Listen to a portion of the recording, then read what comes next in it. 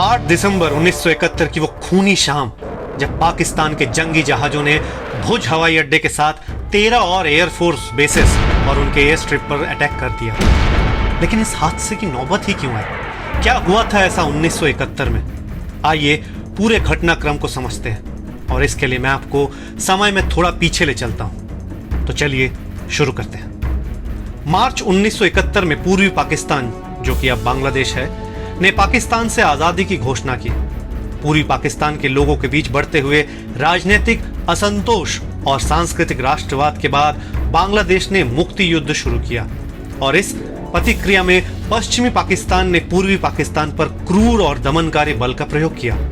शरणार्थियों की दुर्दशा और भारतीय अर्थव्यवस्था पर उनके प्रभाव के रूप में भारत, जापान और यूरोप से पाकिस्तान की आलोचना बढ़ रही थी। इसी दौरान इंदिरा गांधी ने संयुक्त राष्ट्र के कई वैश्विक दौरों पर इस मुद्दे को उठाया।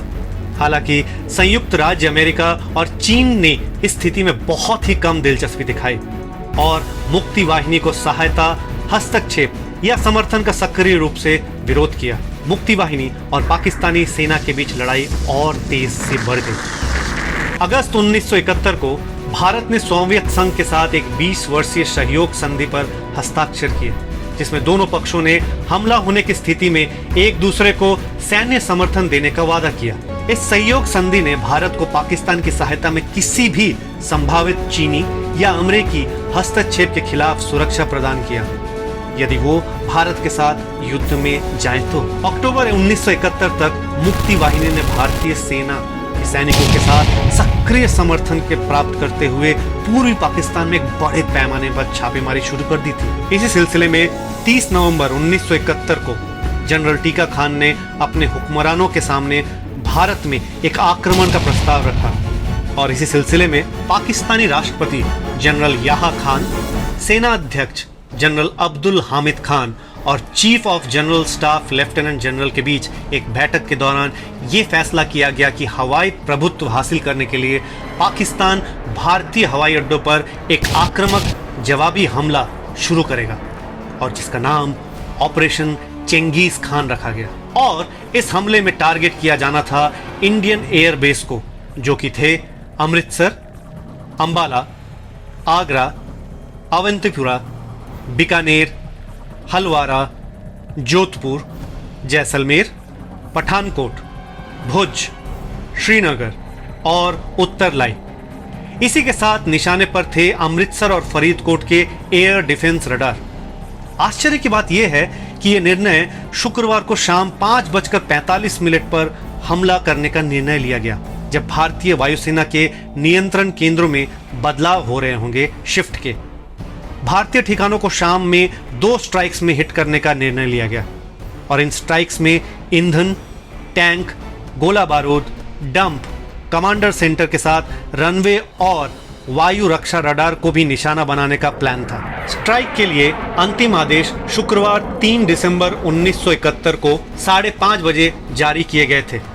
आधिकारिक तौर पर सारे सरकारी चैनलों के माध्यम से यह घोषणा की गई थी कि भारतीय सेना के सैनिकों द्वारा पाकिस्तानी रेंजर्स की चौकियों पर पश्चिमी सीमा पर हमलों के जवाब में ये हवाई हमले शुरू किए गए थे, जिसे भारतीय वायुसेना सहायता प्रदान कर रही थी। पठानकोट, सबसे पहला हमला पठानकोट एयरबेस पर किया गया, जिसमें बिना गाइड वाले रॉकेट से एयरबेस पर मारा गया और करीबन 125 किलो बम गिराए गए। स्ट्राइक का मुख्य लक्ष्य रनवे था, जो क्षतिग्रस्त हो गया था, और भारतीय ग्राउंड क्रू को मरम्मत में कई दिन लग गए। दूसरा हमला हुआ अमृतसर एयरबेस पर ठीक शाम को 5:45 बजे।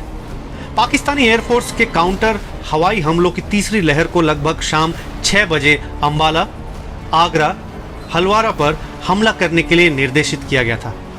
इनसे विशेष रूप से उत्तरलाई और हलवारा में काफी नुकसान हुआ, और जवाबी कार्रवाई के लिए भारतीय वायुसेना की तैयारी में बाधा उत्पन्न हुई। जैसा कि भारतीय प्रधानमंत्री इंदिरा गांधी ने आधी रात में तुरंत बाद रेडियो में राष्ट्र को संबोधित करते हुए पाकिस्तानी हमले की जानकारी दी।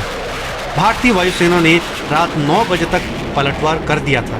कुल मिलाकर पाकिस्तानी वायुसेना ने 12 रनवे पर 183 बम गिराए थे और पायलटों द्वारा 120 हिट की सूचना दी गई थी। अब बात करते हैं कि फिल्म भुजपरी क्यों बनाई गई, तो उसका कारण है ये इंसान, Bhuj air force base commander squadron leader Vijay Kumar Karnik, जिनका जन्म 6 नवंबर 1939 को नागपुर में हुआ था।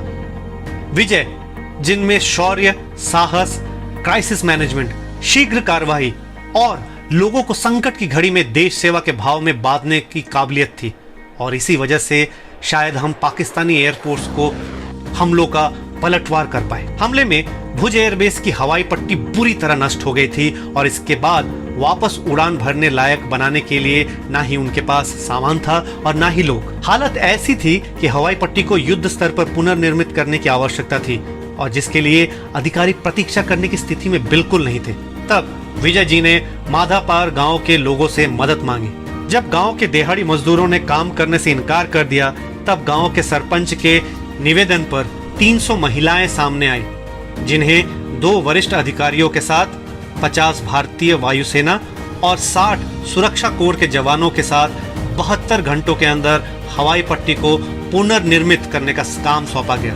महिलाओं को निर्देश दिया गया था कि वो हरे रंग की साड़ी पहन के आए, ताकि हमले की हालत में जब भी सायरन बजे तो अगर वो बंकर तक ना पहुंच पाए तो कम से कम झाड़ियों में छुप जाएं। दूसरा निर्देश ये था कि हवाई पट्टी को गाय के गोबर से ढक दिया जाए ताकि दुश्मन के विमानों से इसे छुपाया जा सके। मरम्मत के इन 72 घंटों में भुज के स्वामी नारायण मंदिर ने सेवा भाव से सभी के लिए भोजन पानी का बंदोबस्त किया था।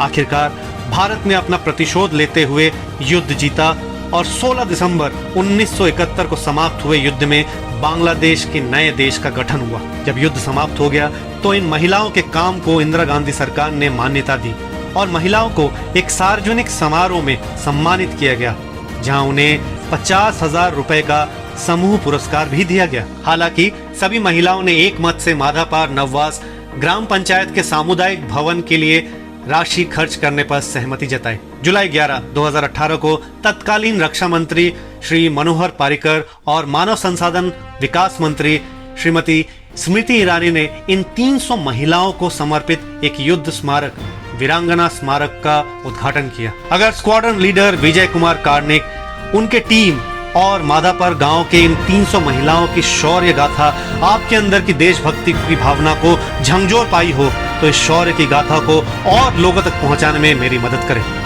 जय हिंद, जय भारत।